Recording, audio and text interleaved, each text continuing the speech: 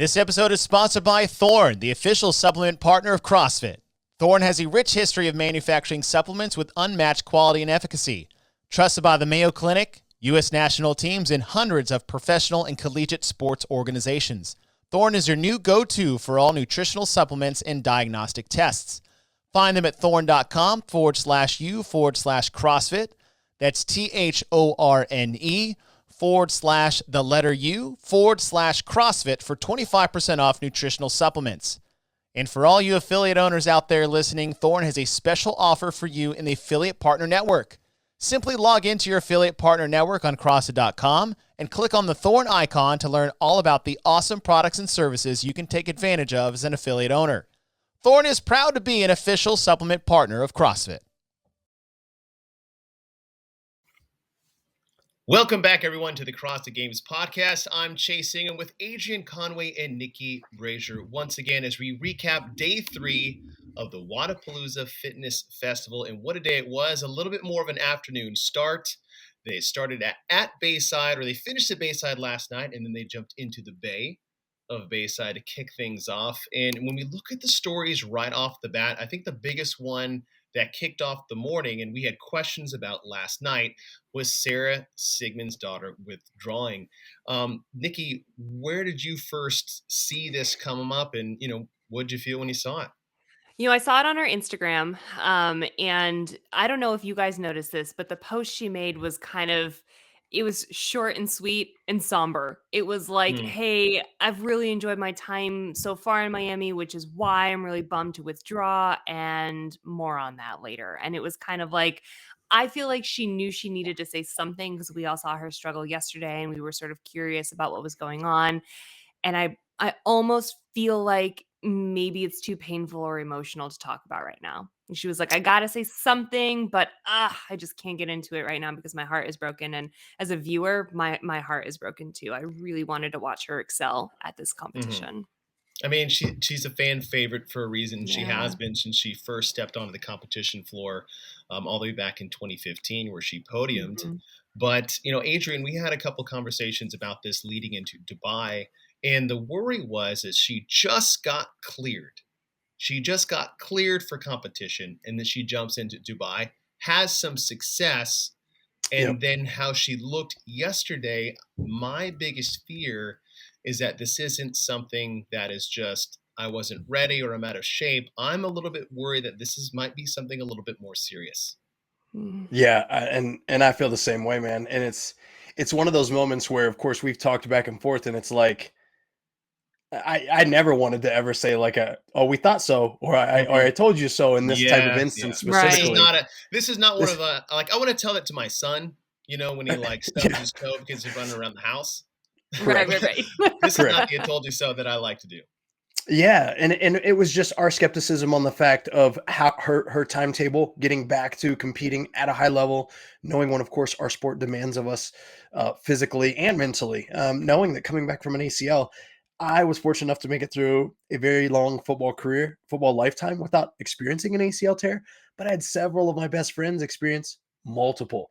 And so I know, even coming from that kind of background, what it isn't. And it's not just physical, it's very much mental as well. And so even when I saw Sara not executing that MIA barbell complex the way that I expected her to, part of me was worried. And it wasn't just physical. It was like, maybe the confidence isn't quite there. Maybe it's different than a 1 rep max because of the fatigue and because of the discomfort. And maybe she just wasn't ready there. And then when I saw the withdrawal though, man, it literally, I was like, oh, yeah.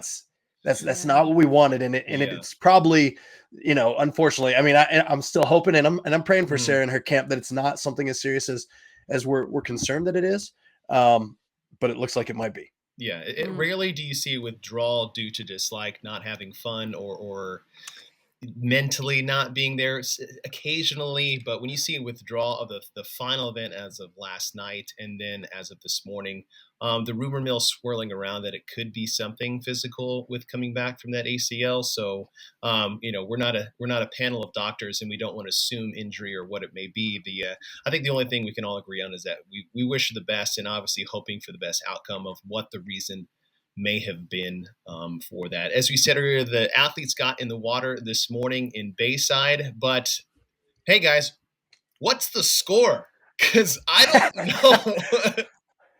I wish I knew Nobody too. Any knows. leaderboard results yet. And, listen, this happens sometimes, especially when you do a chipped function event like Yep. the morning one started. It's not just a stopwatch and a stop clock.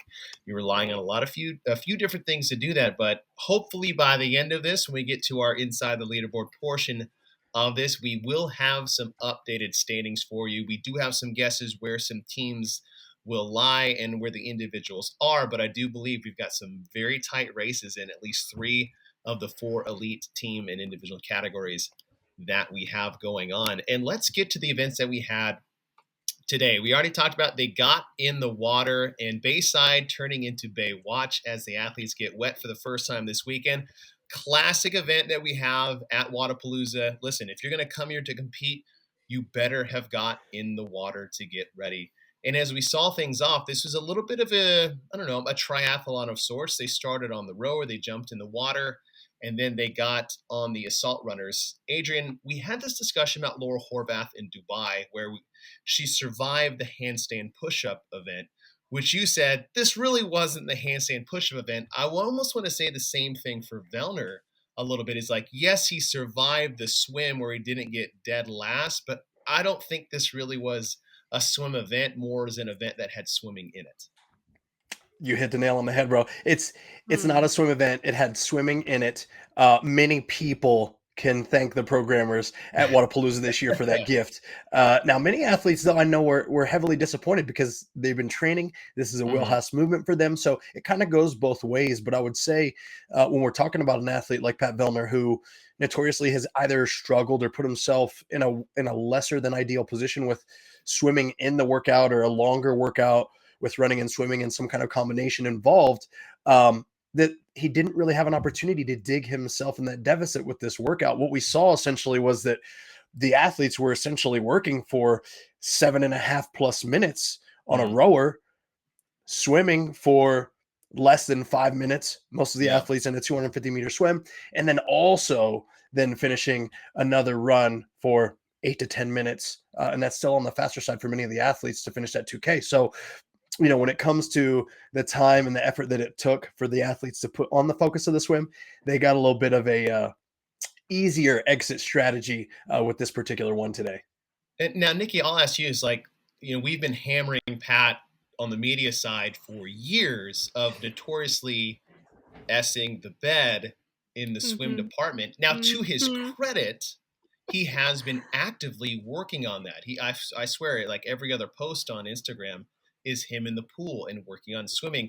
So it feels like the guy can't catch a break. Is like, well, you suck at swimming, you should probably swim more. And then he swims more, and we're like, well, that really wasn't a swim event, so it doesn't count, Pat. Like, right. When you're looking this from the outside, and at least the media side, is, what was your thought seeing that swim out there, how he did, and how much you maybe wanted to see a better test for Pat this week?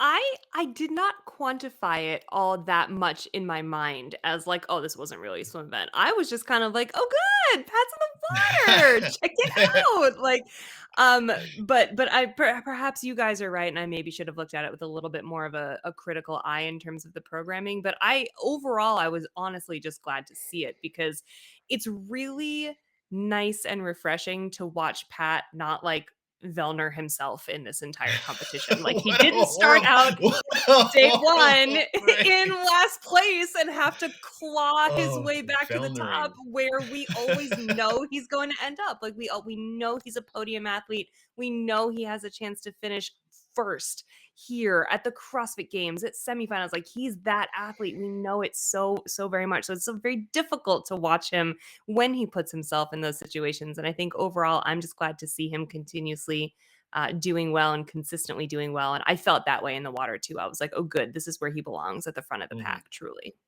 I just love the fact we have the greatest Canadian male athlete to ever take the stage, and we've coined the term Vellnering in the process.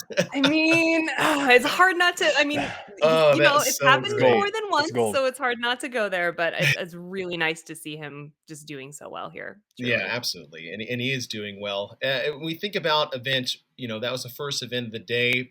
All the things were pretty much the same. The one thing I did like to see was on the team event, they had 2 either assault ergs or assault runners for the 3, and they had to get the same distance on both of them. That was very fascinating to me, and I don't remember seeing anything like this in any competition before. Adrian, you being a team guy and seeing programming like this, what was that like for you? I loved it. I really did. And the reason is because it just offered a unique challenge. Even for me, automatically when I get to taste some programming or get to see it right laid out, I'm like, okay, let's check out this test. How would I attack this? How would we attack this? How would a group of athletes that I would be in charge in or get to coach do this thing? And that one really had me finding to basically find the right answer for. And the Mhm. reason is because it really depends on the specific capacities of the athletes and to each movement, right? They're going to be stronger rowers than runners. And so the way that you rotate on each one of those ergs is going to be different. And even when you think about that to a detail, it's like if you think about the way that an assault runner operates, you guys have had experience with an assault runner to some degree, I'm sure. When you transition and you get that moment of freedom, we'll call it freedom, to put your hands on the outside, you can actually surge the runner, right? So Mm. where a rower stops as you make the transition or slows, a runner you can speed to make the transition from person to person. There might Okay. have been a higher reward for the team that transitioned more often. And I think, Mm. not to get ahead of us, but we did see team, I think it was Mayfam actually, that only ran 20-second intervals and they rotated every Yeah. time. So they were hitting that really good stride with that. But I noticed and I was like, man, because naturally when you get off and on, you can kind of like really get it humming Mhm. and then just kick into your stride. So that was something for me as an athlete or coach that I would certainly have had to call the shots with. And it would have been pretty tough because it's easy to game plan something to that degree. And then way harder to actually look at each erg and be like, whoa, guys, we're way off on one side than we are on the other. We're going to have like Oh, 300 yeah. extra meters over Yeah. here, right? So there's also that balance. So I loved that twist. I mean, it was great. The thing I loved about that the most is oftentimes in a purely monostructural style event like this is that there's never a good way to do team strategy. Right? It's either been Mm. one erg where you total 5,000 meters, or you do a swim and you have to all wait for each other. So it doesn't really matter who's the slowest guy or girl on your team. And then if you do a run, you got to sit there and hold this piece of rope together like 3 morons running next to each other. They don't know how to run. But when you do something like this, I was like, now here's how you infuse team strategy into an endurance event that we've never seen before at any Yep. level. I thought you're spot on. That was super, super cool. And Um, also I'll even say they did reward true work capacity by like letting the leader of your team be the leader and then just start without you, yeah, right? Instead yes. of penalizing the group. Because that also was sometimes in the past where you're like, dang, I can't even really show my stuff in the water Mhm, because I got to wait for my boys back here, wait for right. my girls. But today they were like, hey, you guys, if you're fast, be fast, and then just start the work early. So I thought that was cool too.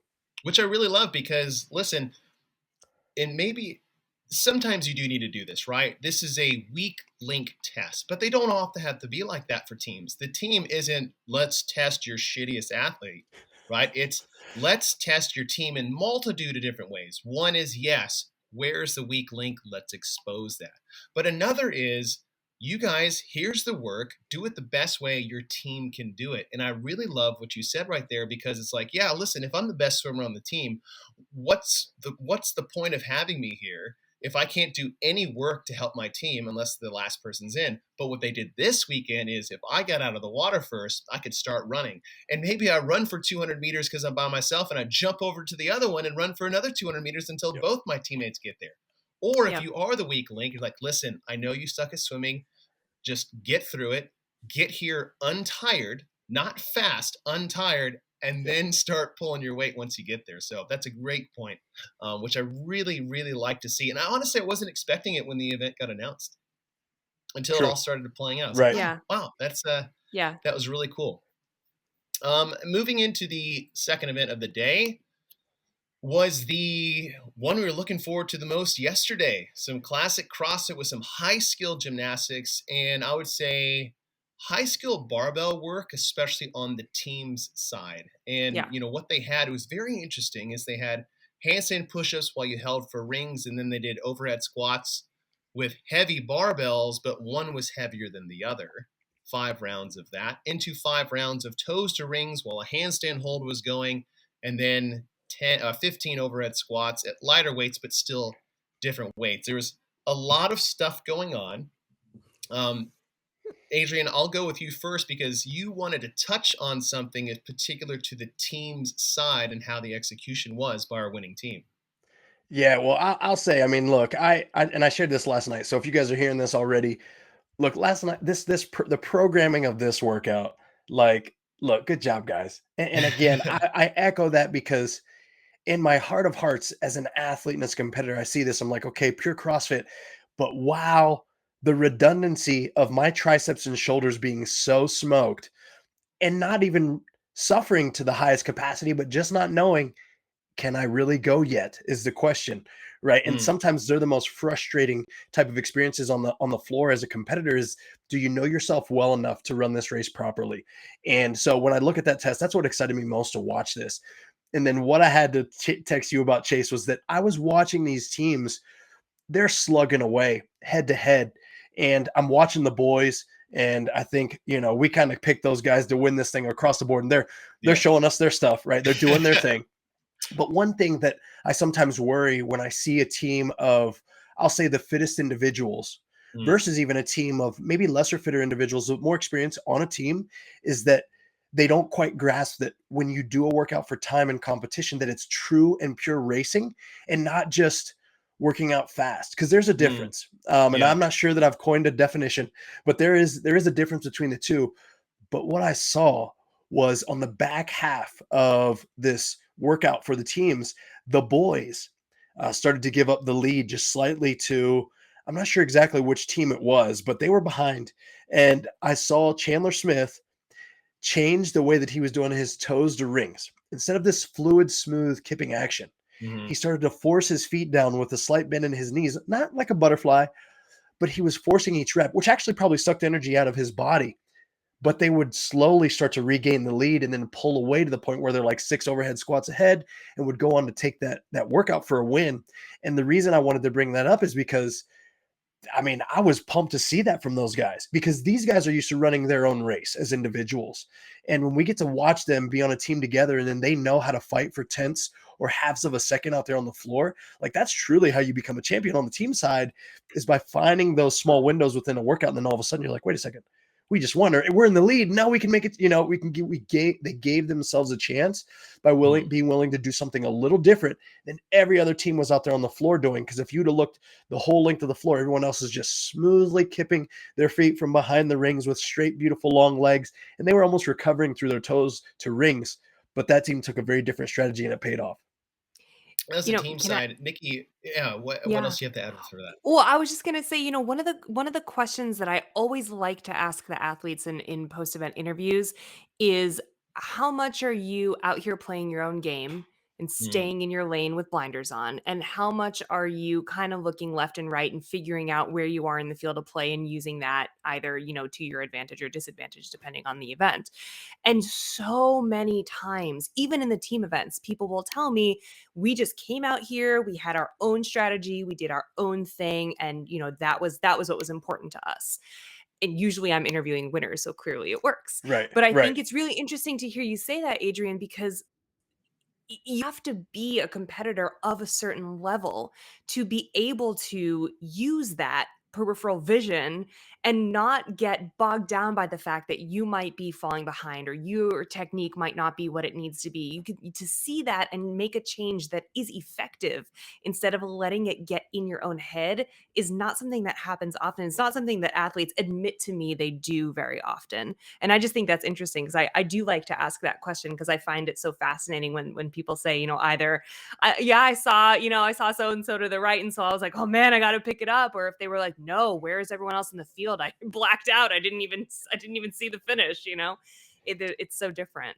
Yeah, I think we saw a lot of that on the individual side specifically. Mhm. More of the stay in your lane. It seemed like, Colton Mertens, who took it for the men's, was just like, yeah, I'm just, this is what I do. And then Annika Greer comes out and does the same thing and just kind of blows the doors off the event. The one thing I was curious about, and I'd love both of your takes on this, is the individual side, it was handstand push-ups and ring muscle ups. But the team side, it was handstand push-ups and ring toes to bar. And this is one of those where I'll sit back in the year 2019 and curse Dave Castro is Mhm. programming toes to rings for the first time, in my opinion, unnecessarily, is that now people are like, oh, we should probably program this because Dave did. But in my head, I was like, the teams can't do ring muscle ups? Is that what we're trying to say right here? Adrian, what's your take on the difference between the two, or which one you would have rather seen today? It's I will lead with saying it's not the most entertaining movement to watch, right? And from a functionality standpoint, so everyone understands, if you guys have never done a toes to ring, it is truly a great training movement. But it's much easier to hold on to for big sets, and the grip doesn't fatigue the same as it does on a bar. So there's limitations that aren't there with toes to rings, and so we just kind of saw everybody doing big sets, as we alluded to earlier, right? It was the same unless you tried to go faster. In my take, I would have loved to see a ring muscle up. I will say the workout was so different for these guys due to the time under tension of the hang that they were responsible for isometrically and then the hold that they were responsible for isometrically. So to add in the ring muscle ups, I don't know what that would have done, right? Like because of the extra pull and press. Just more interference, I guess. Totally. Make it even harder. Which, hey, I'm here for it, right? We're all here Right. for it. If you guys listen to this, you're here for it, right? Are we not entertained? Right. That's what we're here for. But I think it's a great point of yours. I'd love to see it. I think from an entertainment standpoint, certainly would have been more spot on. It would have made my heart smile a little bit. You know, we probably would have had some people that had to take a little more risk and chance if that was the movement instead of the toes to rings. So if you're putting in a pledge to get the ring muscle ups to sub for the toes to rings, I will second that vote. Let's just put the in the comment section of the suggestion boxes. You know, it's like, let's just not program toes to rings anymore. It's like nobody wants to see ab mat sit-ups. Pull out the GHD. Let's go. All right, before we get to the leaderboard sponsored by Arasti, I want to do a little message about Arasti themselves. We'd like to take a moment to talk about Arasti. Don't let pain or injury take you from the gym. Talk to an Arasti provider for free. In 15 minutes, an Arasti provider will help you to understand what's happening in your body, the source of your pain, and the best options for getting pain-free and performing at peak levels as quickly as possible. There's absolutely no cost or no obligation to schedule with Arasti. Schedule your no-cost 15-minute chat now at arasti.com/CrossFit-recovery. That's AIRROSTI.com/CrossFit-recovery. And as you take a look inside the leaderboard, it still has not been updated, so we can do our best mental math as far as who's in the lead, or at least the action that we have going on. And I want to, the easy one we know is that Saturday was for the boys because they are running away with this competition. They had a great finish to start the day on Bayside, and then they had another, Adrian, as you were saying, phenomenal finish to close out the night. And Travis Mayer, Noah Olson, and Chandler Smith looks like they're walking away with this thing right off the bat. They are, man. Again, I mean, we've alluded to this a lot. We're kind of, saying something that's very obvious, but the boys are some fit individuals. And what has made me happy to watch them execute through the weekend is that they're proving to be a very strong team. And again, that wasn't necessarily something I expected as I predicted their victory, because I didn't really know how the tests would play out per se. But yeah, they're putting on a show. It's been fun to watch. Yeah, they're not the only ones out there. The Thunder from Down Under's doing their thing. Mayhem actually had a good start, but not a great finish. The Sam Sorella man was sitting up there in the top 3 prior to the day starting. But, Niki, we have one event that we know tomorrow and then an unknown final. Obviously, anything can happen. But, you've been following Wodapalooza. I don't know if you guys watched the little celebration speech that Noah Olson gave. Noah Olson is the only athlete to compete every single year at Wodapalooza. And what's it like seeing Noah's evolution from volunteer to a snot-nosed kid stepping on Wodapalooza in 2012 and now just leading a team and having some fun out there? What is it like seeing Noah's evolution over the last decade? It's so cool to watch. I feel like Noah is like all of us who have come up throughout the sport of CrossFit in the last decade, right? Because when you think back, we were all just like kind of getting fit in our basements. Do you know what I mean? Or like at friends' gyms or something like that. In the beginning, this wasn't nearly as much of a movement as it is now. And Noah's definitely the embodiment of that. Like he's grown up in this sport before the teen division was the teen division. So like truly watching him kind of come up the ranks as an elite athlete has been, I don't know, just really special to see. And if you think about his performance at Wodapalooza in the past too, you know, this is like his home turf. I said this last night, but he has not had banner years every single year either. And so, you know, his own personal growth and overcoming a lot of the holes in his training, he has shown that out on this competition floor year over year. So, you know, to show a decade of fitness and to be out there again, this time with his friends, I mean, he's having such a good time. It's so fun to watch when they have a good time. It puts you in a great mood and it motivates you to go out and do better yourself, even if you're just like a, you know, daytime weekend warrior like we are in the gym. It's just, or like I am, I guess I shouldn't be talking. You two, much fitter dudes, but no, it's really cool to see. And you know, he's come a long way. I think he represents a lot of the community out there in Miami this weekend, and that's important to us. And now, as the boys look like they're running away with the title, yet, you know, anything can happen. Anything can happen. Right. On the women's side, listen, if this were pay-per-view, I'd be shelling out the dollars for it because we have ourselves a heavyweight fight.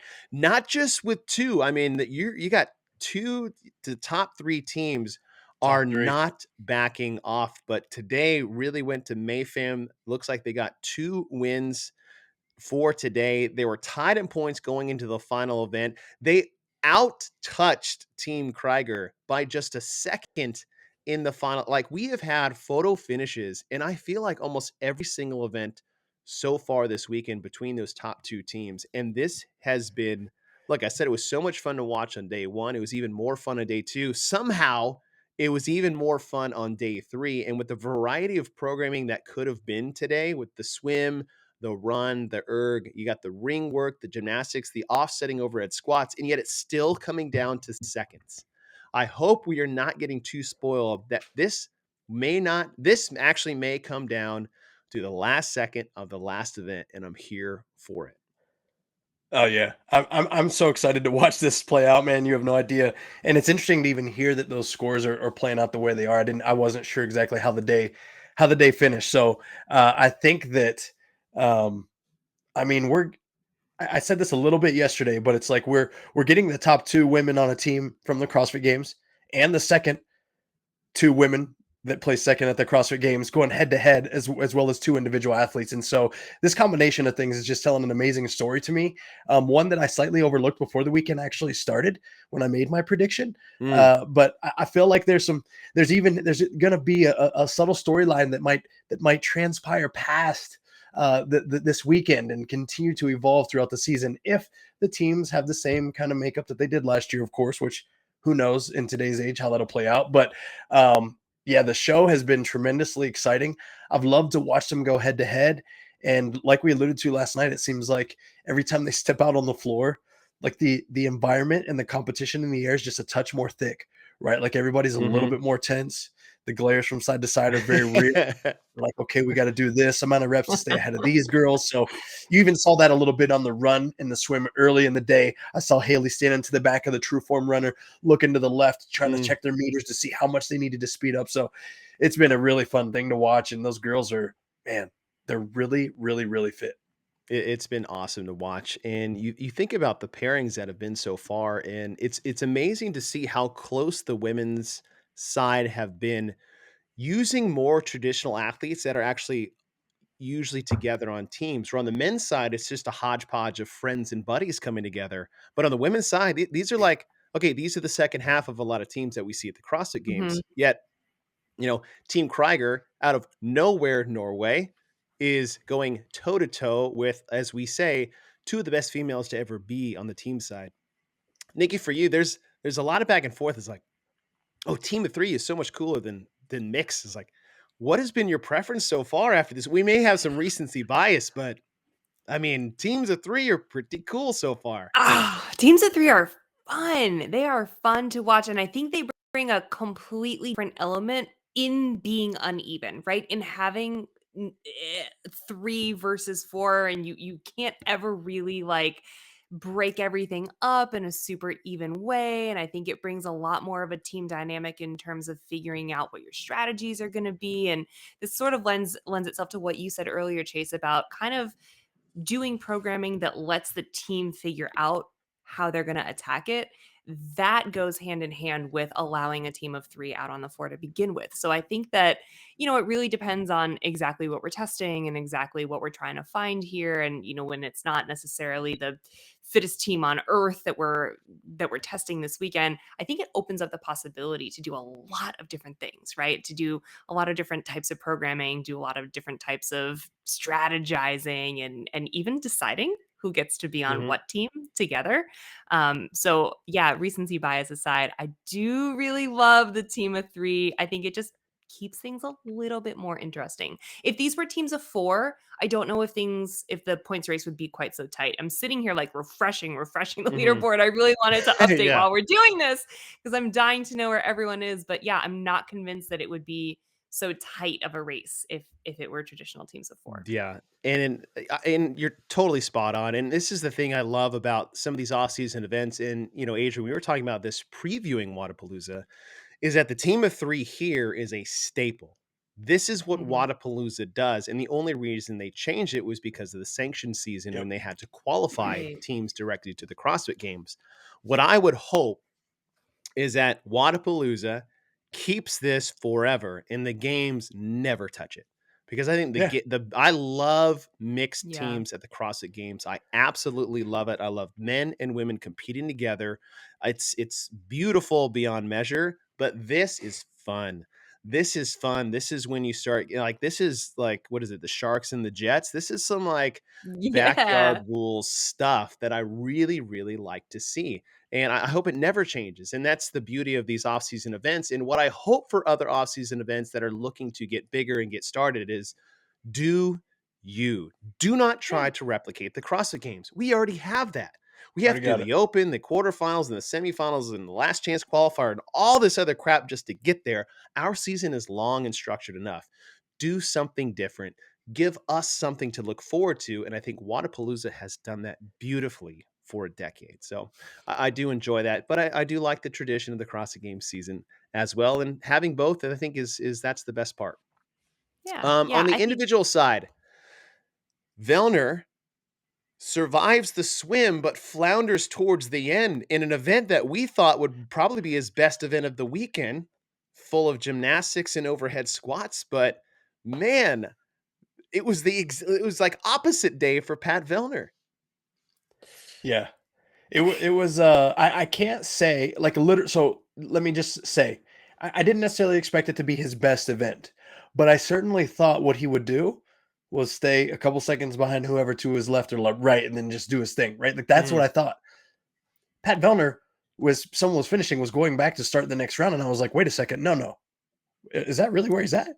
Oh no, we've got another counting disparity. Something's Either they going did on one here. more or they did one less. What? Yeah. Yeah, something's yeah. not right here. But then I sat back as I started to watch it a little bit closer and the way he was moving, and absolutely that was correct. So again, because I don't know the placing, I'm a little bit like my armpits are a little bit sweaty for Pat here. Now I don't believe it's a flounder. I believe that he's afforded himself a lesser than ideal finish at this point in the weekend because of the work and the thorough scope of work that he's done so far. But it was a surprise to me, to say the least. And so what I'm looking at here is I don't think anything really shakes Vellner. Nikki, you've seen him at the CrossFit Games, even at Wodapalooza before, where he's Yep. usually crawling out of, say, a bad day after day one. But this wasn't his best day, and this is day 3. How do you think Pat's going to bounce back? Now he only has 2 shots to do it. What's wild is if it were anyone else, I'd be like, oh, I don't know. But it's Pat Vellner, and we've seen him come back from worse.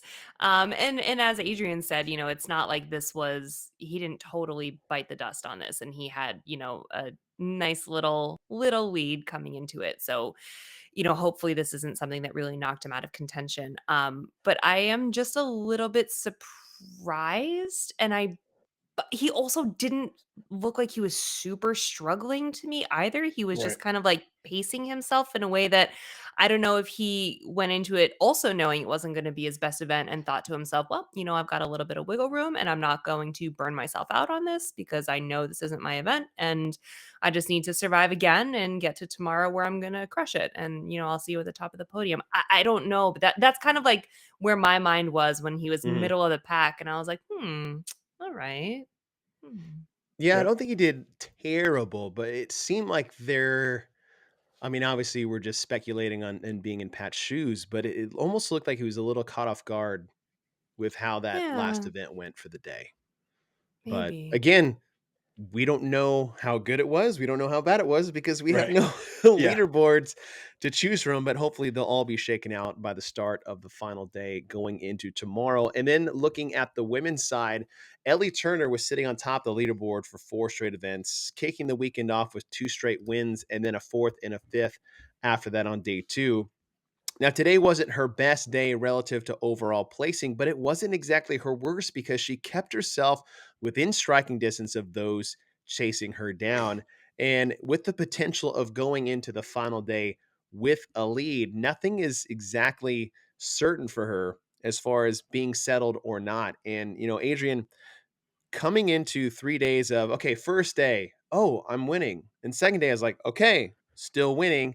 Depending on how today went, she had I think she had every finish was inside the top 10, but more on the bottom side of that is now we're starting to realize that there is some vulnerability here. We aren't just like hitting this new level of fitness that we never knew was possible. It's like, okay, we are human and we're going into the final day with all eyes on us. Describe that feeling for a new athlete in this position. Look, for a new athlete, it is a new experience to say the least. And while it seems like it would be very fun and rewarding, the pressure is sometimes a very unwelcoming feeling if you're not prepared for it. So Ellie's got a battle ahead of her with knowing that we at least have 2 scores tomorrow. I think that Bethany Shadburn is literally lurking in the tall grass like a lion Mm. right now, um, due to her previous experience and knowing who she is as an athlete, probably having a bit more confidence on the tail end of a competition like this on how to finish and what it feels like to punch a ticket and not that Ellie doesn't have that ability either because she knows what it's like to punch a ticket as well. It's just really doing it time after time with a little bit more experience that usually lends itself as an advantage. And so I think going into this last day, I'm really looking to see how she starts it. With the known event that we have, the sprint style elimination event, it's Which really I can't important. wait for, by the way. Oh my goodness. And it's important for her to start that day. No pun intended, but she's got to start fast and she's got to No. start confident. If she can get herself into into the lower rounds there, then she's going to have an opportunity in that final, whatever it is, to then be able to look someone square in the eyes and go head to head for that number one spot on the podium. But I would have to say that I think Shadburn, after today, with her consistency, put a very big divot in that lead, if not being right there eye to eye with Ellie. And Nikki, we had 3 women trying to chase down Ellie after the end of day 2 yesterday, and that was Shadburn and Spiegel, who were tied for third coming into today, where Shadburn definitely got that tiebreaker after the run, swim, run event. But Yep. then you have Emma McQuaid, who's sitting there and nobody's really talking about too much. Is how much does Emma have a shot at it being in contention just as much as Bethany does? Yeah, I do actually. I do think that she does, and this is definitely one of those situations where we kind of had skipped her name yesterday, being like, "Who's going to crawl up the leaderboard? Who's going to?" And Emma has, for the last several seasons, kind of come out of the woodwork, increasingly, working on the holes in her fitness game and figuring out how to hang with all the big dogs. And I actually do think I've been really impressed with her so far. I mean, she did have that 13th place finish in the second event that kind of was like, a little bit out of character, but I have been impressed with her so far. And I'm wondering if she's one of the names, and there's a couple on this leaderboard. Fisa Ghafi is another one. One of the names that we need to start kind of bumping up onto our podium predictions a little bit more often. It's hard. It's hard when there are names on the leaderboard that we've been talking about season over season over season. It's difficult to pick someone new.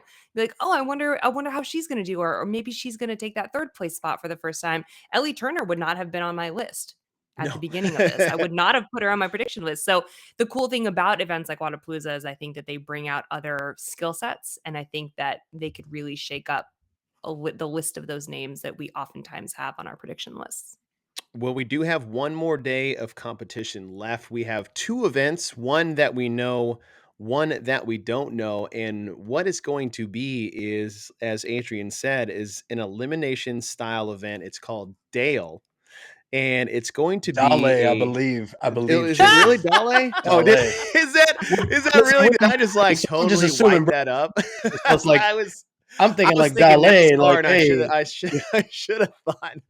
I should have thought more South Beach. Oh, been like backwoods Tennessee. All right, Dale. Oh man, I love it. Oh, I'll be here messing Tell us up about handshakes, Dale, Chase. with everybody Tell us else. about Dale. All right. Well, I thought it was like, I was thinking like Dale Earnhardt Jr. because we're racing, but whatever. I thought that too. Listen, I thought that too. Look, I am the beholder. All right. I'm calling it Dale. You can call it Dale, and then someone can call it Dale. I don't know. Well, here's what we know. We have an elimination style, which I love. I love these things. We saw it at the Rogue Invitational. We've seen it at the CrossFit Games before. 60-foot handstand walk, 90-foot sandbag bear hug carry, 300-foot shuttle run, 90-foot sandbag, 60-foot handstand walk, 200 pounds and 150 pounds for the men and women, respectively. In round 1, it's everyone. Then they cut to 20, and then they cut to the top 10. So they'll be doing 3 rounds of this. Now, the handstand walks have to be done unbroken. Now, we saw at the Rogue Invitational, where it was heavy double unders into some heavy touch and go snatches, is that it put a premium on intensity, but not getting sloppy. And you can do that when you miss a double under or missing one of those touch and go snatches. Here, with the handstand walk having to be unbroken at maximum intensity, Adrian, what type of pressure does that put on an athlete coming into an elimination style tournament, a style event? Oh, it's the kind that I like. Oh my goodness, this workout has me so excited. I'm tell you what, it's very similar to now, and I'll say this to the audience. It's a very different stimulus, but a very similar experience to the MIA barbell complex that we watched earlier in the weekend, where someone as savvy as Pat Vellner could be just lulling athletes along as he kind of walks gently behind them and then just passes 4 people on the last barbell, right?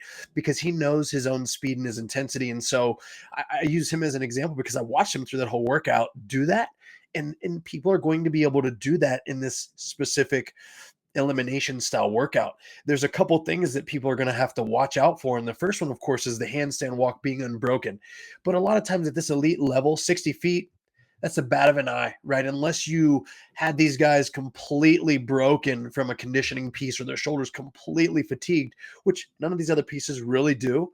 I think that will be not a huge issue. But another hidden element is how fast and how well you can grip the sandbag to get it moving. Because at 200 pounds for the men and 150 for the women, not that those are obscene numbers, but they're heavier than a lot of athletes train with on a regular basis.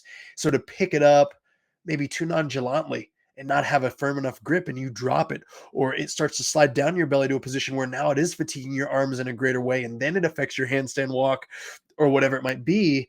I think that could actually be a bit of a problem for people that is unexpected. And I'll also throw the fact that who knows if they're in the back to warm up with, right? Like I as an athlete, I'd show up tomorrow and be like, there's probably not going to be a sandbag back here. So I better keep my mind right. Like, that's just what I would expect. Niki, looking at the women's side, you talked about this a little bit earlier, and Danny Spiegel was tied for 3rd coming into today. She didn't have the best day, she didn't have the worst day, so it's probably safe to assume she's floating somewhere still in the top 5. But when you look at this, I feel like this screams Danny Spiegel. Oh my gosh, yes, absolutely. She is so incredibly comfortable on her hands. And that, I mean, we've even seen at Wodapalooza events before. I think was it 3-4 years ago, the handstand walk over the obstacle and then the heavy snatches following it. I mean, that was like, it was one of the events that I think put her on the map. Everyone was like, who is this chick? And it was like a couple weeks after she had PR'd her snatch in Dubai. That was like her season. So to me, this feels like a legacy event for her almost. It feels like the moment we've been waiting for to watch her climb up the leaderboard. It's just hard to say because the point spread has been so close and we don't know where they are right now. It's hard to say how much of a differentiator it's going to be because the girls around her are also very comfortable on their hands. I don't see anyone truly in the top 7 or 8 going into day 2 or going into day 3 too that are that I would be concerned about, even in that unbroken handstand kind of section. There's really no one that stands out to me as like, ooh, you know, she was doing great, but then we've got that coming up. So, yeah. Yeah, I think one of those hidden elements, Adrian, you hit on the head, is just getting the sandbag where it needs to be because yes, with these athletes, 200 and 150 isn't that big of a deal, but it's also not just something you can just blow off because, I Mm. mean, that's what most of these athletes weigh. And if you just like stuffed them in a sack and told them to pick it up, that has a bit more of a different meaning to the weight when you put that in there. And to walk on your hands, which fatigues your grip, that most people don't really talk about. You're doing that under pressure, and now you have the pressure of getting the bag up and into a bear hug position with the intensity that you need to have. Is that one slip of the bag, and that could be the difference between you making the next 20 or the bottom 20 or the next 10 in the top 10. So Yep. that may be a deciding factor outside of just the actual movements that were programmed for the event, which I'm really excited to see. The other one is the team side. How are these teams going to work together when they're handing off back and forth? What's that communication going to be like?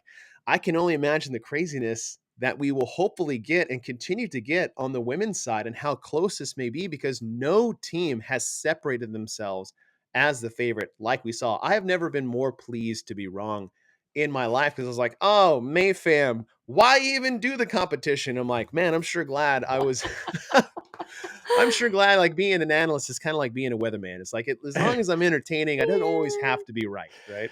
And it's a Preach good it. thing I'm not I'm not earning my stripes between the hits and the misses, but that's definitely something I'm super excited about to watch. I hope you guys are too.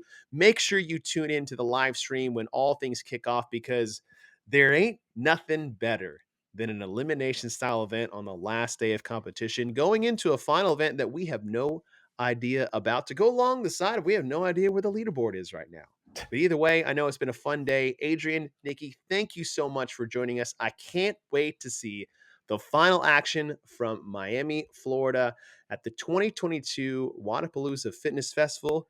A decade of fitness and celebration has surely lived up to the billing, and we got one more day of it. Stay tuned. We'll see you guys next time.